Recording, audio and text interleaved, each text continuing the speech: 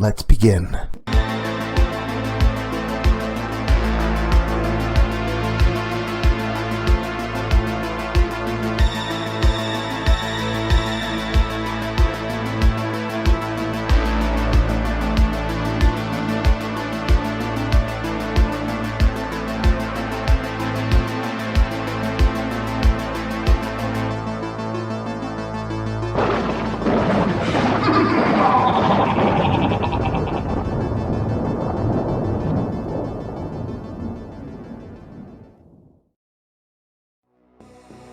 Hey there, scary story fanatics. Welcome back to Cleaving Thought from Bone with your host, Sociopathic. Public domain can be a funny thing, but what's always been in your domain is fear.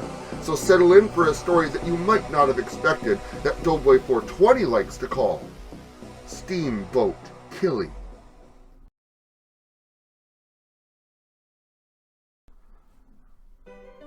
Mick had finally gotten his crew back together to do one last job.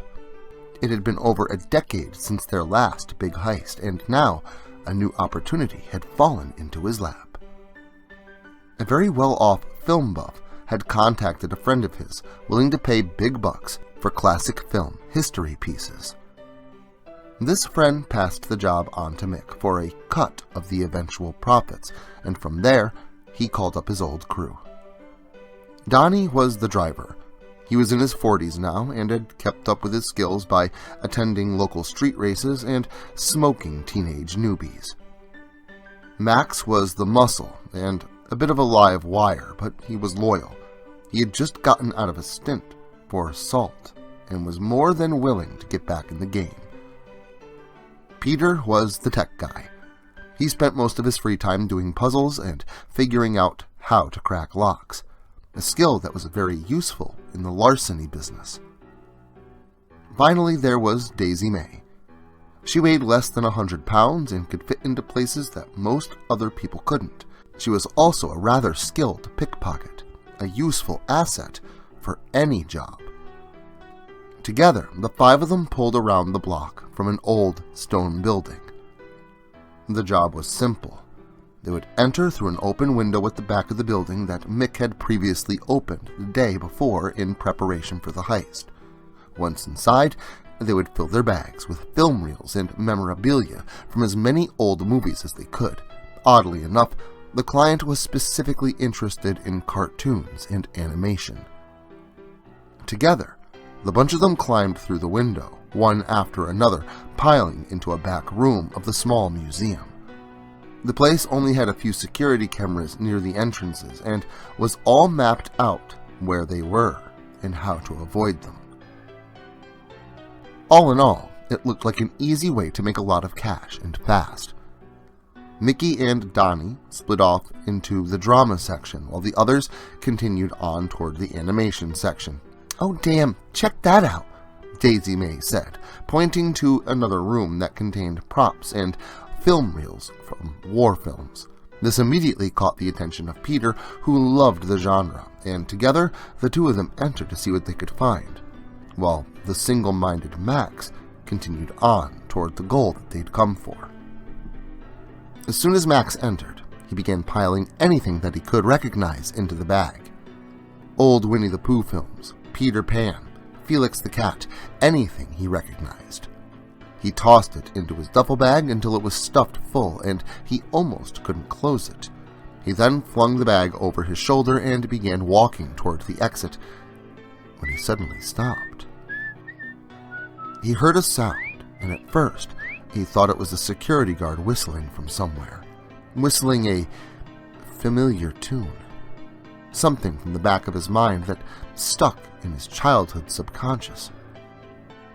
Max looked around, trying to find the source of the sound, expecting to run at any moment to avoid security.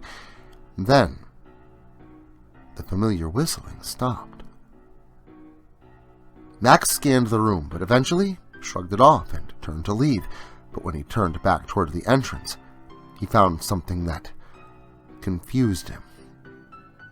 Now, in the doorway, there stood what looked like a cardboard cutout of a black and white cartoon mouse. How'd that get there? Max whispered to himself, before stepping forward to walk past the statue, but then he froze in place when he saw the cartoon character turn its head and look up at him. "What the?" Max questioned, now a little bit freaked out, but he didn't have time to react further before the cold-eyed mouse reached down and yanked a rug out from under Max, causing his feet to come with it, knocking him onto his behind. The small figure then skipped toward the man and climbed on top of him. Max's eyes went wide with fear as he looked into the coal-like eyes of the cartoon mouse.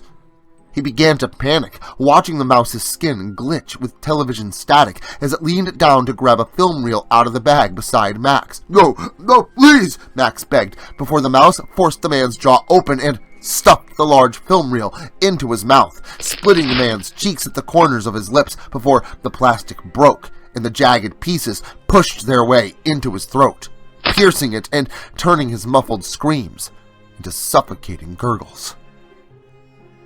The mouse then tipped its hat to the dead thief and hopped off of his body to disappear back into the darkness.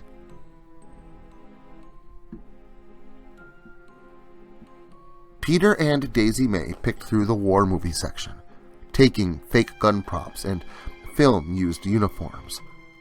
They felt like they had hit the jackpot. "I'm going to grab these. Why don't you grab those reels?" Daisy May said, standing beside a display of a few script pages. Peter did as she requested and moved to the other side of the room to grab some more film reels, and it was when he was stuffing them into his bag that he heard a strangely familiar whistling of a tune that he knew. "Hey, you whistling?" Peter called out to Daisy May. No," she replied from across the room, thinking that her friend was hearing things. Peter shrugged it off and returned to the task at hand, but once again, he heard the whistling and turned around, annoyed that Daisy May was whistling, but when he turned around, he instead saw a small mouse, about 2.5 feet tall. He wore a little hat that stuck up off of his head, and he walked with a strut in his step, still whistling the familiar tune. "What the hell?" Peter asked in stunned confusion as the black and white mouse pointed at his feet, covering his smiling face with the other hand, as if trying to hide a laugh. Peter looked down to find a second black and white mouse, this one with a bow atop its head between two large ears. This one wore a polka dot dress, and she had a grip on the man's now terrified, shaking leg. Quickly, the mouse yanked his leg out from underneath him, bringing him to the floor, where he struggled to get away and call for help. But the mouse with the bow tie turned his pleas for help into screams when she began twisting his leg like a crank, twisting and spinning it around with ease until the skin and bone dislocated from the rest of his body, where he then attempted to continue to crawl away, screaming in pain. Daisy May immediately came running to her friend's aid, but only screamed when she found the small mouse holding a leg in her tiny hands.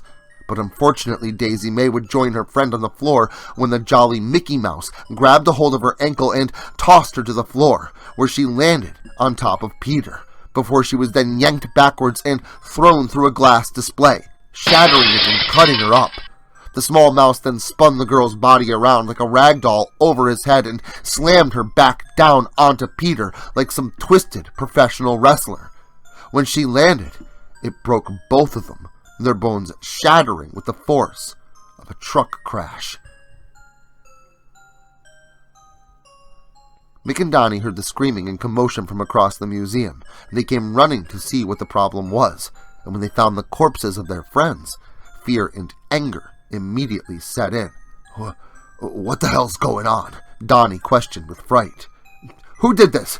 Come out!" Mick demanded, but he didn't have to wait long to get his wish.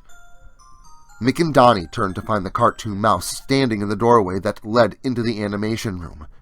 He looked strange, as if he had stepped right out of a cartoon, but his skin looked odd, almost like television static beneath the white of his skin.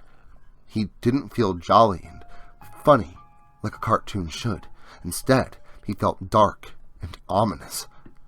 Donnie retrieved his gun and took aim at the children's cartoon character, only for the little mouse to hop playfully behind a display cabinet and disappear once again. "What was that?" Donnie questioned, still aiming his gun ahead of him. "I don't know, but I vote we get out of here," Mick replied, urging him to leave. "Yeah, I agree. Sorry, guys," Donnie replied, apologizing to their deceased friends, before he and Mick made a break for the window in the back. The two of them crossed the main floor of the museum to get to the back of the building. Mick made it across, but Donnie dropped to the floor when two twig-like mouse arms wrapped around his ankles. When he was on the ground, he turned to find the girl mouse in the polka dot dress crawling up his legs, her high heels digging through his clothes and into his skin. Donnie screamed and tried to run away, crawling with her on his lower back, but the female mouse was soon joined by her male counterpart, and as the man shouted and struggled, the cartoon mouse with the steamboat cap climbed on top of him and began pulling on his head. He screamed and stumbled as the mouse on his back stretched the man's neck away from his shoulders until the skin began to tear. Mick turned around in time to see the haunting cartoon mouse rip Donnie's head from his shoulders, pulling a portion of his spine along with it. The professional thief didn't stick around. He spun in place and kept on running. He slipped across the tile floor, nearly falling on his side as he rounded the corner into the back room, where he quickly flung the window open and began to climb out head first, stumbling over himself to escape. Mick then looked down and immediately tried to stop himself. The cartoon mouse was now outside, looking up at him, smiling. The only color on him was that of his friend's blood. Suddenly, the window shut on his back with extreme force, pinning him halfway inside and out, crushing his back. He looked over his shoulder to see the mouse with the bow tie between her ears just glaring back at him through the glass of the window. The man screamed for help as the mouse retrieved a small mallet from its back pocket before forcing the man's mouth open to reveal his pearly whites. The cartoon mouse then once again started whistling so he could drum along to the tune.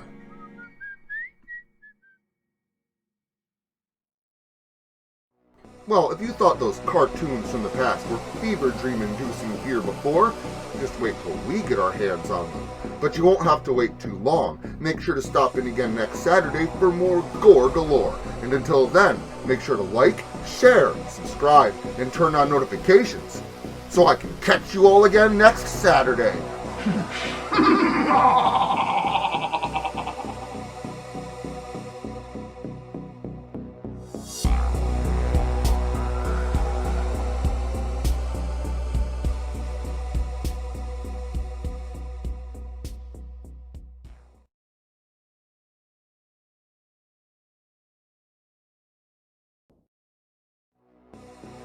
Scary Story Fanatics, welcome back to Cleaving Thought from Bone with your host, Sociopathic.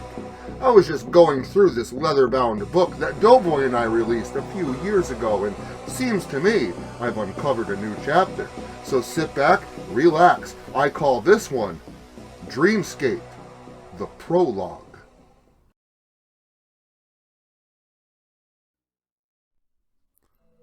When Alicia opened her eyes, she wondered where she was. She failed to recognize the scenery outside the car's rear passenger window, the landscape foreign and strange. Almost as quickly as the large house loomed towering in the immediate landscape did Alicia remember that today they were moving. Today her and her family were on their way to their new house, and she had fallen asleep in the car, having forgone witnessing the entire trip unfold before her, lost in blissful dreams, visions of candy and friends, as most children often do. As she situated herself, sitting upright in the back seat, the vehicle made its way down the house's long drive before parking just out front. Alicia outstretched her tiny frame, squeezing the weariness from her body, excited at the thought of exploring this old structure and its grounds. Her parents, both lost in conversation with one another, were first to exit the car, but Alicia was right behind them, leaping from its confines with such haste that she failed to shut the door behind her. "Stay close and be careful," her mother yelled as Alicia ran up the front steps and to the unlocked front door. She heard her mother, but was too focused on promises of adventure to acknowledge the receipt of her words. Weeks had passed since their day of arrival. There was enough space in Alicia's new bedroom for all of her toys, including her rocking horse. In an attempt to ease her transition, Alicia's parents even painted her room in a themed decor. Alicia loved the circus and all that it was associated with it. Thanks to her artistic mother, her room was now encompassed by a plethora of dancing clowns. Some on barrels, some on high wires, but all grinning in pleasure, laughter, and satisfaction. Alicia was used to life in the city, being confined to cell-like quarters and unable to just go outside and play unabated. Now, she had nearly free roam of the property, inside and out. There were woods to explore, nooks and crannies within the home as well, that offered intriguing elements of imagination to service, all of which were at the ready, awaiting her interest and attention. In fact, the only places that she wasn't allowed to go to was near the road, as it was dangerous, and into the cellar of that old home, also deemed too hazardous for a little girl. Alicia didn't understand why, but she was well behaved. She didn't need to understand. She did as she was told. Days progressed into weeks, and life continued for the small family as normal.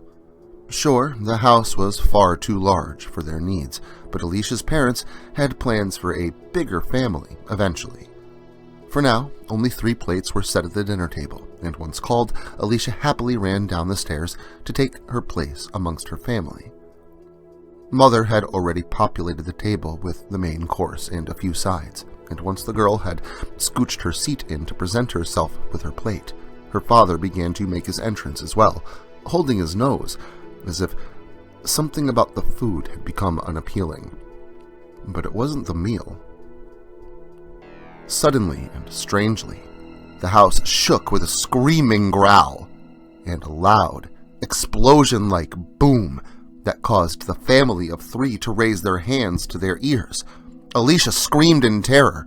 None of them had experienced anything like it before. As fast as the sound had come, it had gone. And if not for all 3 of them attesting to having heard the same thing, the event may have been chalked up to a hallucination or a trick of the mind. But no matter how much they conferred or attempted to explain the event away, no understanding was gained, and the rest of the evening was spent trying to calm Alicia down and out of near hysterics with fear. Although this was finally achieved, and the noise never returned, that smell of something faint and foul seemed to linger about the air, without source or end. Disembodied nothingness, colors like water, lights as if tangible, and then, finally, her living room. Things looked so different, and yet everything seemed familiar. She wasn't scared at first. In fact, she somehow felt comforted, as if something here welcomed her with open arms. Alicia entered through the archway leading in from the front entrance and stood in the center of the room, awaiting the voice again. Something soft, yet loud, echoed promises in her ears, begged for her companionship and the freedom from loneliness. She should have been scared. She should have been absolutely terrified to her core. There was an incorporeal presence in her home, speaking her name and calling to her for some unknown bidding. However, for reasons unknown to her, these events rang no warning bells, and Alicia called into the air, seemingly to nothing in particular, awaiting a response in the near black, flecked with faint sparkles of light. Whispers. Faint whispers crept into her ears, into her mind, from the left of where she'd been standing. Curiously, the girl turned her head in the direction of an ornate marble fireplace. dark and extinguished within. Empty, besides that of a mound of cold ashes. Yet, somehow, whatever called to her was emanating from that fireplace. Slowly, but without hesitation, the little girl crept over towards it and bent down, once reaching it, plunging both hands deep into the black soot, as if something would be there. Something was there. Whatever it was, it felt rigid, rectangular, and small enough to hold. Alicia pulled it free, noticing that now the whispers had stopped, and stared down, almost endlessly, at what she now held in her hands.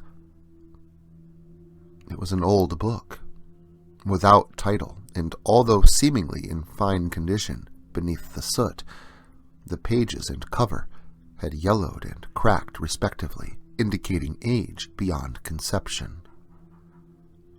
The outside of it felt sandy and rough to the touch. Alicia noticed as she gripped the edges of the outer cover and pried the book open, revealing its ancient contents. Almost all the pages were blank, with the exception of one that depicted runic text and images that scared the poor girl into nearly throwing the book. There were monsters with many wings, many mouths, and many eyes that all seemed to stare back out at her from within the pages. She motioned to throw the book on the floor when the whispering started once again, creeping directly into her cognition, hearing whatever it was, without sounds or words to be spoken. The dialect was incomprehensible to the child, and now, thoroughly confused, she slammed the book shut. Alicia screamed at the sight now standing before her, hidden a moment ago by the open pages of that queer tome. It was her mother, standing only feet before her, not saying a word, not blinking her wide open eyes, but covered from head to toe in crimson. Alicia stood there, paralyzed from shock. Her mother screeched a howl, not in her own voice, but that of whatever boomed through the house earlier in its unearthly bellow. Alicia's blood ran cold as ice, facilitating a scream of terror that would have called a willing parent to her side, and passed out from shock, falling heavy and limp where she had stood upon the floor. Alicia awoke to a violent shaking, and upon opening her eyes, the plethora of new stimuli provided the young child with information on a new paradigm in which she would now endure, even if she couldn't explain any of it. The shaking was due to her father. He did in fact hear her scream and rushed to her aid, but the shock on his face was evident. Alicia heard his words, but they made no sense. "My God, what have you done? What have you done?" But these words made no sense. She hadn't done anything. Alicia watched her father turn and crouch down, inspecting something at his feet. Alicia pointed her gaze downward, but the sight she beheld was foreign to her. She'd never seen that much blood up close. She'd never seen a dead body, and had never witnessed her mother in such a lifeless, unmoving, and clearly uncomfortable position. And all these visuals led the girl into a state of shock, completely unaware that she herself was covered in blood, or that in her hands she held both the book from her dreams and a knife that had come from the kitchen. Alicia's father shouted at her to explain herself, why she had committed such a heinous act, but the girl just stood there, frozen in temporary paralysis, as she desperately tried to process all the information that she had now thrust upon her. Alicia's father stood upright and stepped towards his daughter, shaking the knife free from her hand and snatching the book from the other, wanting to see what it was she was holding more clearly. Although still in shock, Alicia was keenly aware of her father's instant change in disposition. He had gone from frantic and desperate to calm and apathetic in a fraction of a moment. The moment that he touched that book. She saw that book clearly now. It did not appear as cracked as she had dreamt it, or as old. Somehow the cover seemed slightly newer, less tattered, although still very old, its pages still yellowed. Alicia had now begun to realize where she was, becoming more aware the longer that her father had possession of this book. No matter how many times she desperately asked him why he was doing what he was doing, or what happened to Mommy, and all the rest a child of such traumatic events might convey, her father simply toiled away over the next few hours, placing that old book back within that extinguished, ornate marble fireplace, and boarding it up, concealing its presence completely.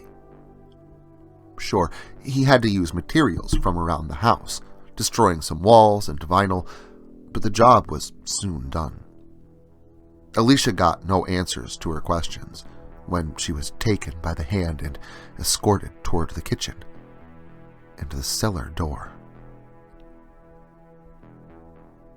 The cellar was dark and smelled of dirt and must. Alicia could hardly see a thing, but she remembered that she was to never come down here. Was she being punished? Was Daddy punishing her for what happened to Mommy? The small-framed girl began to pull and struggle against the tug of her father's grip, but the grasp of his hand was firm and unrelenting, and his face remained expressioned in apathy. The distant stare and utter uncaringness for her pleas of release truly disturbed her. Alicia screamed as she fought harder to get away than she thought possible, but it didn't matter. The blackness remained, and her screaming stopped.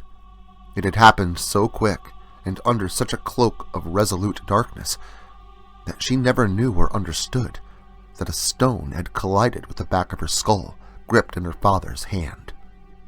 She never understood the reason for abstaining from the cellar, the reason being the chasmous maw of the well within, too dangerous for a child to play near. The edge around it was small, not being much more than a black crater in an otherwise dirt floor, uncovered and waiting to be fed. And fed it was, for Alicia was tossed within and would never realize her circumstances, the events surrounding her death. She wouldn't see her father break from his trance the instant he let her go, watching the frame of his little girl disappearing into the black void below. A father who didn't understand why he had done what he just had. A father unable to live with the pain of what he had done and the loss of his family. Alicia's father would join her, tipping forward and plummeting into the deep beyond, accompanying his wife and daughter in death. And yet, that old well endured as a testament to tragedy and loss, as well as an old book, walled up and waiting to be unearthed. Well, that just goes to remind you, with every new beginning comes a new expected resolution. And with that, don't forget, there is still one exclusive story in this book that I have not narrated, the epilogue story. But if you liked this, or even just want more gore galore, make sure to return again next weekend. And until then, make sure to like, share, subscribe, and turn on notifications so I can catch you all again next Saturday.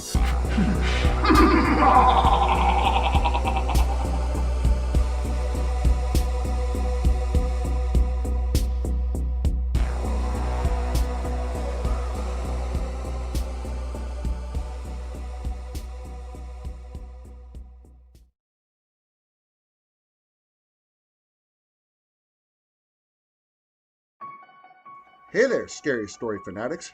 It's time for the 13th day of Halloween, the big night itself, and I'm having a few friends over for some celebration, because tonight we're celebrating my first novel, released just in time for Halloween. So, sit back, relax, and get ready for the telling of the very first chapter of this epic story, Buried Secrets.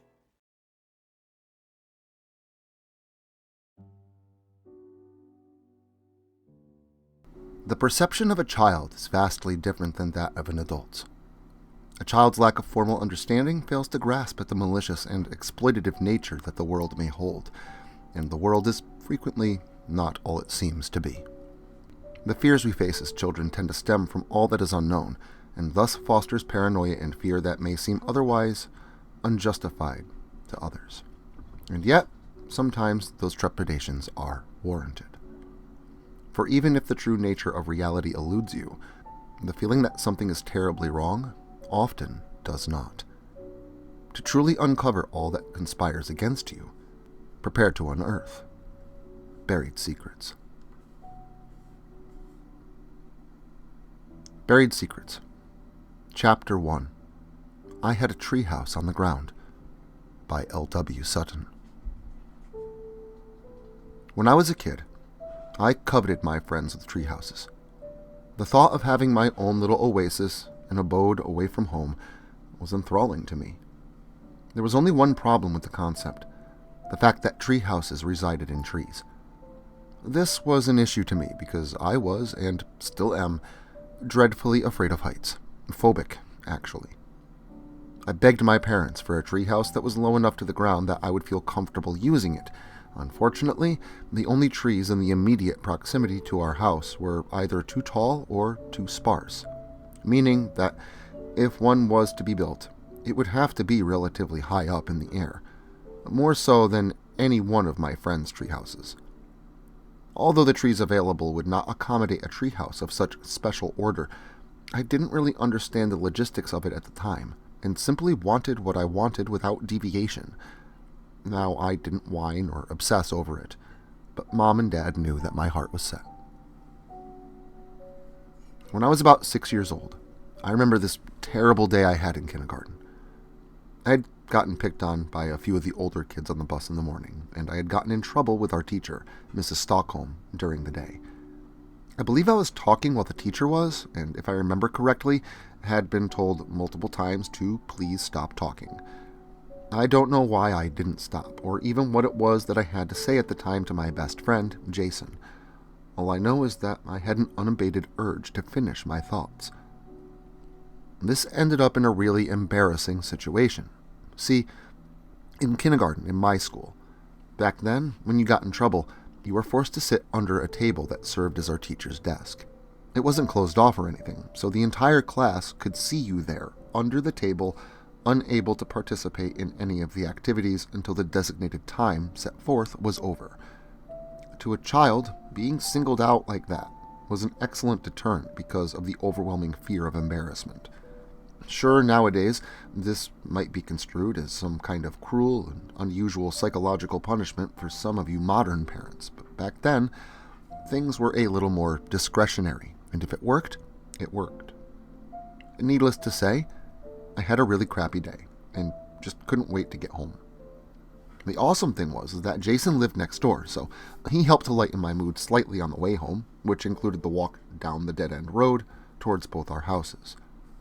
Jason's being one home more proximal to the road, I left him behind only a few hundred yards or so away from my house, and still, I remember that somber feeling setting in by the time I neared my own house. A few moments later, I had entered through the side door, on the right-hand side of the home, near the end of the driveway. The thing to know about where I grew up is that it's a woodsy area, the kind of country where hunting was abundant and learned at a very young age, and kids rode buses for nearly an hour to get to school each day. My parents' home was even deeper in the woods than most, built upon a dead-end road alongside 5 other homes, separated by copious space between each. Forest basically surrounded each home on every side, even the side that faced the road, for across that dead-end road was more endless forest, too dense to see in its actual vastness. I had taken in and scanned nearly every trivial aspect of the environment that afternoon, just as I had done every day after school before. Every bit of it except the stretch of woods that lined the back of our home, passing it up entirely, as I had done most days, due to my using the side door after school.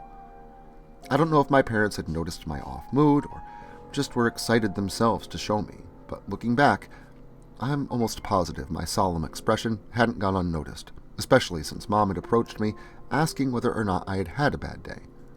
And when I nodded, she told me to go check the backyard for something that may help to cheer me up. This confused me a little, since my mother was adamant about me taking my school stuff up to my room immediately after school, before I did anything else. Astonishment and sheer thrill shot through my entire body when I saw it. My father and mother called it a treehouse on the ground. Now I know it was essentially a clubhouse, but man, at that age, it was just awesome to behold. Over the next few days, I'd moved in many of my toys and plastic furniture that was cramping up my bedroom into play space anyway. I'd gotten a can of paint out of Dad's work shed by myself, mostly because I had just learned to spell. I proudly scribed in large blue letters on the front of the timber brown hut, "No girls allowed, except Heather." I know that I probably would have gotten into big trouble for any of these actions at that age, including entering Dad's dangerous work shed, but I think my parents found the simple phrase too cute to, really, be able to effectively scold me. When my mom saw it, she laughed, and still brings up the topic today, briefly when she does, and at the time made sure to tell everyone what her youngest son had done. Heather was Jason's non-identical twin sister. We were all the same age, though she was in a different class than Jason and I had the biggest crush on her back then. Though I swore to everyone that I still thought all girls were gross, hoping to stave off suspicion and embarrassment, which ultimately failed. Everyone knew, even Jason, but we were young, and the three of us didn't really pursue the topic much. We were all just too busy being friends. Spring had passed, and summer was in full bloom. The month of June, after school had been let out, was spent mostly on making improvements to our little fortress. Jason had made mention at some point during the school year that if we could get on the roof, that we could likely see his house through the trees. "But I'm afraid of heights, man. That's the reason my mom and dad built it on the ground," I replied. "Yeah, but we'll still only be a few feet in the air, and besides, you'll have a big roof to stand on, not some flimsy branch." He had a point. I was afraid of heights, but the clubhouse wasn't very tall, and since it was built under the eaves of covering pines on one side, Dad had built it with a flat roof. The only problem was having a way to get up there. Give kids access and opportunity, and they will oblige you. I once again went inside Dad's shed and grabbed some nails. Jason found a few rocks that would be good to use, since none of us had the dexterity to wield a hammer effectively, and add in the easily obtainable scrap lumber from behind both our houses, a ladder would soon be constructed. And this time, I did get into trouble for going into Dad's shed and taking the nails. Dad said that they cost money, and he didn't want me wasting them. I really didn't understand his logic. They weren't being wasted, I was using them. But he persisted, and I was stuck inside with no friends for 2 days. The ladder had been built, and I'd been up there comfortably already. We'd even put up railings, which were likely really unsafe if we decided to put our weight on them. But all in all, it was really cool. And Jason agreed when he saw that he could see his house from the roof of the play shack. I watched out that window for 2 days wishing I could have fun and plan adventures with my friends, but Mom and Dad stood firm. On the third day, my grounding had been lifted, but it was pouring rain outside. I couldn't go out and play. Mom wouldn't let me, but I was at least allowed to have my friends over. We played Masters of the Universe in the attic. I feel a little embarrassed saying it out loud, but while Jason and I took on the personas of He-Man and Skeletor, Heather took the role of Skeletor's dog. That might sound bad, but my mom would ask Heather why she played the dog in all of our games, and she would always reply with, "I like it." I kept eyeing the clubhouse in the distance out the attic window, and eventually, Jason must have caught me eyeing it, because he spoke up out of the blue and said, "You know, something lives in your clubhouse, and I think it's the Grunter." The Grunter was a creature in the woods that wanted to eat me and Heather, something that Jason had been telling us about all year. He said he knew it was there because he could hear it grunting in the woods when we played. One time, he convinced me that a pile of salt in his hand was sugar, and upon tasting it I spit it out, not expecting that burning taste. That's when he yelled for his mother, telling her that I was wasting salt. Jason was renowned for pranking me and getting me into trouble. He found it hilarious, and I could give you 100 other such examples. Hence, When he told us his story of the Grunter, I didn't take too much heed in it, or at least didn't show that I did. Of course, his descriptions of a drooling, gruff, dark creature that stalked my closet in the night scared the hell out of me, but there was no way I'd let him know that. Man, no way, you're lying, I said. Heather stopped barking. Yeah, Jason, you're lying.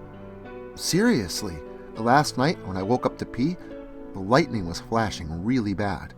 I was getting out of bed when I saw something between the flashes. When I looked outside, the lightning had stopped, but what I saw was still there. I saw the Grunter standing on top of your clubhouse, dude. He tried to convince me. But you said the lightning had stopped. How'd you see him? I asked, being pretty smart for my age. Yeah, Heather backed me up. Because I could see his one red eye staring at me, Jason said. I knew he had to be lying, because now he added the fact that it only had one eye. He'd never mentioned that before. He had to be joshing me. Stop it, Jason, Heather exclaimed, scared of her brother's story. Don't worry, stupid. He lives at his house, Jason told her, pointing at me. We argued about it a bit more, but Heather's persistent complaints about the topic eventually prompted my mother's presence. Listening to his story, my mother told us to stop, and Jason told her that it was I who was doing it, trying to get me in trouble again. It didn't work, but I slugged him in the arm anyway.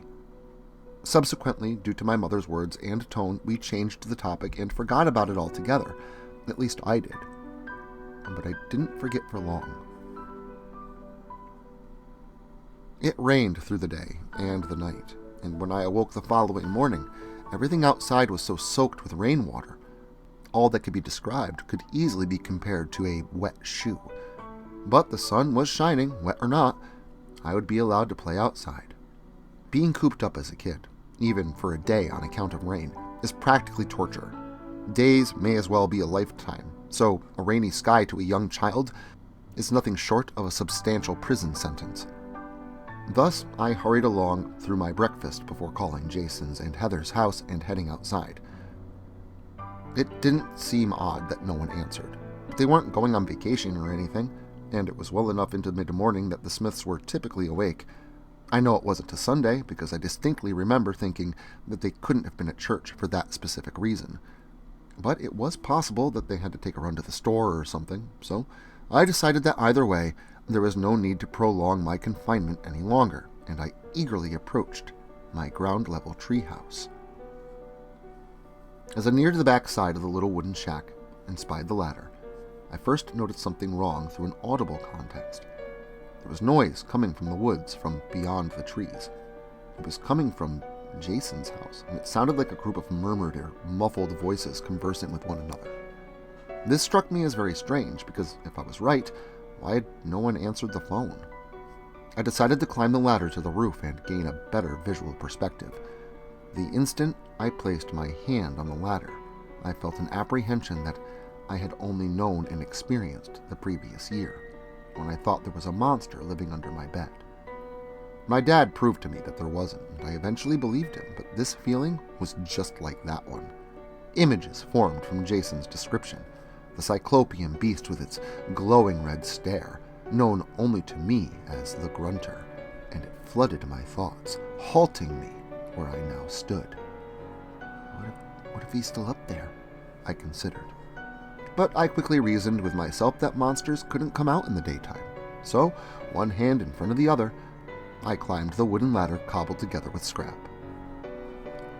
When I reached the top, my peering eyes level with the floor as I ascended, I saw something that I didn't understand now, and wouldn't until I was well into my adulthood and reconsidered these events.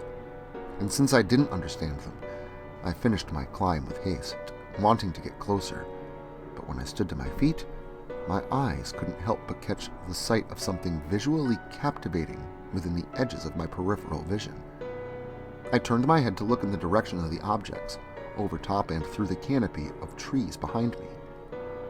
Clear as day, in Jason's driveway, were a convoy of black and white state trooper vehicles, cars and SUVs alike, and a plethora of flashing lights, and that's what grasped my attention so fervently. the group of officers talking with Jason's parents outside served as the source of the muffled voices that I had heard. I didn't say anything, and maybe I should have, but I didn't think it was relevant. The only thing that I thought when I looked down at the cigarette butts at my feet was, I don't know anyone who smokes. Well, if you'd like to hear more, make sure to check the descriptions of this video, as links to this book will be available. There are copies in paperback, hardcover, and Kindle, of course. So, before we head up to the lake, I want to wish you all a very happy Halloween. And I'll see you next year, if you make it that far.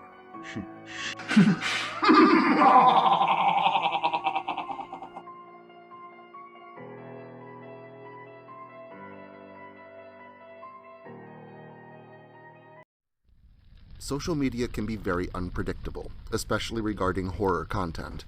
If this content gets removed, all new content will be simultaneously presented on various websites provided in the description to this video. Make sure to follow me in other digital spaces so that you never miss out on the terror. Also, if you like this video, make sure to leave a comment and hit the like button. It helps the channel a lot. If you're new to the channel and you enjoy what's here, consider hitting that subscribe button and the notification bell so that you never miss an upload. Writing is a dream of mine, and it's all of you that make that dream come true.